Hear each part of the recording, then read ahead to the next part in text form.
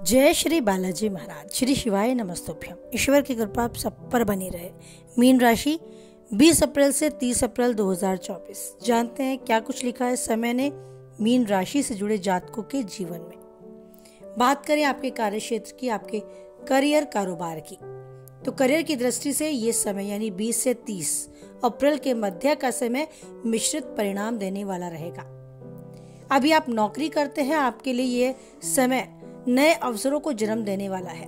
आप कहीं और जॉब चाहते हैं, बहुत बेहतर जॉब चाहते हैं, तो संभावनाएं प्रबल हैं। आपकी पदोन्नति, ट्रांसफर या कोई नई जॉब मिलने के भी चांस है। दशम भाग के स्वामी देवगुरु बृहस्पति आपके द्वितीय भाग में विराजमान रहेंगे। इससे आपके कार्य क्षेत्र में आपको उन्नति के आसार खुलते नजर आएंगे। यानी कहीं आप नई जॉब चाहते हैं तो उसके भी चांस बन पाएंगे और इस जॉब में भी प्रमोशन यानी पदोन्नति के योग बन पाएंगे अगर आप उसके बारे में उसके लिए साथ में प्रयासरत है तो। आपके कार्य क्षेत्र में आपके अनुभव के आधार पर आपको कोई नया कार्यभार भी सौंपा जा सकता है। आपके काम की प्रशंसा भी होगी और मेहनत को भी सराहा जाएगा। वरिष्ठ अधिकारी पूर्ण रूप से आपसे प्रसन्न रहेंगे, आपका सहयोग करेंगे। कार्य क्षेत्र में चुनौतीपूर्ण कार्यों को भी आप आसानी से कर लेंगे। आपकी चारों ओर प्रशंसा होगी। ऐसे प्रबल योग आपके 20 से 30 अप्रैल के मध्य बन रहे हैं। आपके साथ काम करने वाले सहकर्मी भी आपकी तारीफ करेंगे, लेकिन आपको ध्यान रखना होगा कि इस माहौल में अपना आपा नहीं खोना है। अपने अभिमान, अपने घमंड को इस बीच नहीं आने देना है, क्योंकि आपकी वाहवाही चारों तरफ आपको सुनने को मिल सकती है। खुशी और संपन्नता का एक अच्छा माहौल, एक अच्छा वातावरण आपको इन दिनों देखने को मिल सकता है। आपके विरोधी भी कुछ कदम पीछे हट जाएंगे। बात करें आपकी आर्थिक राशिफल की, यानी कि आर्थिक संभावनाएं आपकी काफी प्रबल है। इन दिनों आप खर्चों पर हो सकता है अप्रत्याशित रूप से बढ़ोतरी कर दे, बेतहाशा खर्चा कर पाए और खुद को परेशान भी कर दे, लेकिन साथ साथ आपकी आमदनी के जरिए भी खुलेंगे। ऐसा नहीं है कि खर्चों के साथ आमदनी कुछ कम होगी। आपका बचत भी इन दिनों बढ़ेगा। आपकी आर्थिक स्थिति सुधरती आपको अप्रैल की एंड तक नजर आएगी। आप वाद विवाद, कोर्ट कचहरी के मामलों में धन लाभ की प्राप्ति कर सकते हैं। अगर कहीं कोई ऐसा केस आपका है तो पक्ष आपका मजबूत होगा, धन लाभ के प्रबल योग बनेंगे। अगर विदेश से आपका पैसा आना है या वहां से कोई कनेक्शन आपका कार्य क्षेत्र में है तो वहां से भी आपको धन लाभ के चांस है। अगर बात करें आपके बैंक बैलेंस की, तो ये समय बृहस्पति और बुध मेष राशि में आपके द्वितीय भाग में महीने की शुरुआत से रहेंगे, तो धन संचय करने में थोड़ी सी मदद आपकी हो जाएगी। आप अपनी आमदनी का कुछ हिस्सा बचत में भी लगा पाएंगे और अप्रैल की एंड तक काफी हद तक आपको अपना बैंक बैलेंस कंट्रोल करने में भी राहत मिलेगी। अब बात करते हैं आपके प्रेमी जीवन की और वैवाहिक जीवन की। ये समय 20 से 30 अप्रैल के मध्य का समय, यदि आप किसी प्रेम संबंध में हैं तो आपको थोड़ी सी सावधानी रखने के लिए कहता है। आपको सतर्क रहना होगा, सावधान रहना होगा, क्योंकि द्वादश भाग में शनि और मंगल के प्रभाव से आपके अंतरंग संबंध बिगड़ भी सकते हैं।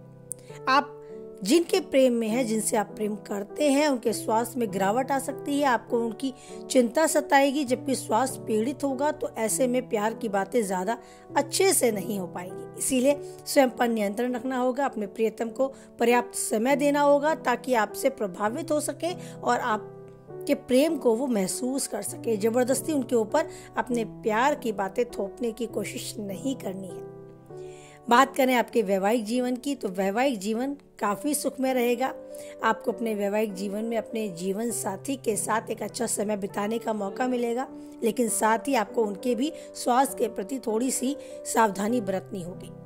आपको ध्यान रखना होगा अपने जीवन साथी के स्वास्थ्य की और साथ में उनकी भावनाओं की। कोई भी ऐसा कार्य ना करें जिससे जो आपके जीवन साथी को पसंद ना हो। तो अपने जीवन की गाड़ी यूं ही खुशनुमा एक अच्छे माहौल में आप चाहते हैं चलती रहे, तो आपको इन दिनों वाणी पर भी संयम रखना होगा और भावात्मक रूप से उनके साथ मजबूत संबंध बनाए रखने के लिए काफी हद तक वही करना होगा जो वो चाहते हैं। बात करें आपके स्वास्थ्य की, तो स्वास्थ्य की दृष्टि से, सेहत की दृष्टि से कुछ कमजोर जाने वाला है आपका ये 20 से 30 अप्रैल के मध्य का समय। आपकी राशि के स्वामी देव गुरु बृहस्पति तो द्वितीय भाव में रहकर अच्छे अवस्था में रहेंगे, लेकिन उन पर द्वादश भाव में बैठे शनि जी पूर्ण दृष्टि होगी जो स्वास्थ्य को पीड़ित कर सकते हैं। मोटापा बढ़ने, वसा जनित बीमारियां होने या कोलेस्ट्रॉल बढ़ने जैसी शिकायतें हो सकती हैं। थायराइड से अगर पहले से आप पीड़ित हैं तो उसका भी चेकअप आप करा सकते हैं। आपकी राशि में राहु और सूर्य ग्रहण के योग बनेंगे और साथ ही शुक्र भी विराजमान रहेंगे। इसके साथ ही शनि द्वादश भाग में बने रहेंगे, तो मंगल हो सकता है लगभग 23 तारीख को आपके प्रथम भाग में आ जाए। इस प्रकार स्वास्थ्य की समस्याएं बने रहने की संभावनाएं बनी रहेंगी। आपको अपने खान पान को सुधारना होगा, बहुत हल्का भोजन करना होगा, अपने पेट को आराम देना होगा और अच्छे स्वास्थ्य, अच्छे सेहत के लिए अच्छा भोजन करना होगा। बहुत सारी समस्याओं से आप बच सकते हैं अगर अपने पाचन क्रिया को आपने अपने कंट्रोल में कर लिया, अपने खान पान को, अपने दिनचर्या को अनुशासित कर लिया। बात करें आपके पारिवारिक माहौल की, तो ये समय 20 से 30 अप्रैल पारिवारिक तौर पर बहुत हद तक अनुकूल परिणाम देगा।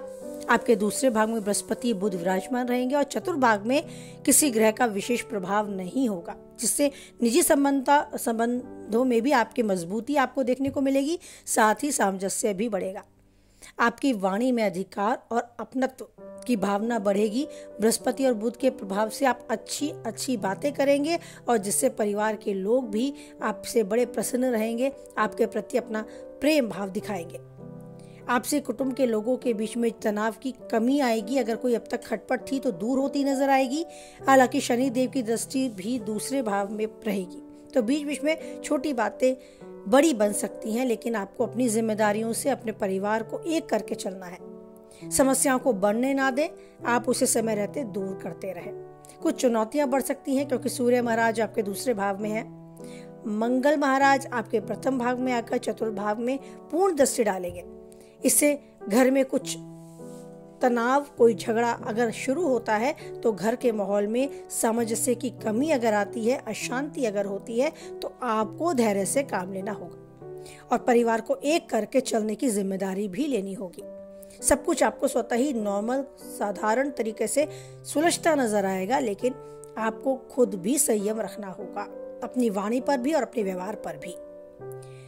एक छोटा सा उपाय आप कर सकते हैं। अगर आप अपने इष्ट देव, जिन भी ईश्वर को आप मानते हैं, उनके समक्ष बैठे थोड़ा समय उन्हें जरूर दें, उनके साथ अपने पिछले अनुभव शेयर करें। हालांकि उनसे कुछ छुपा नहीं होता, लेकिन फिर भी उनके साथ समय बिताना एक अच्छा तरीका है उनके साथ एक कनेक्शन बनाए रखने के लिए कि आप हमारे हैं, सब कुछ आप ही करते हैं।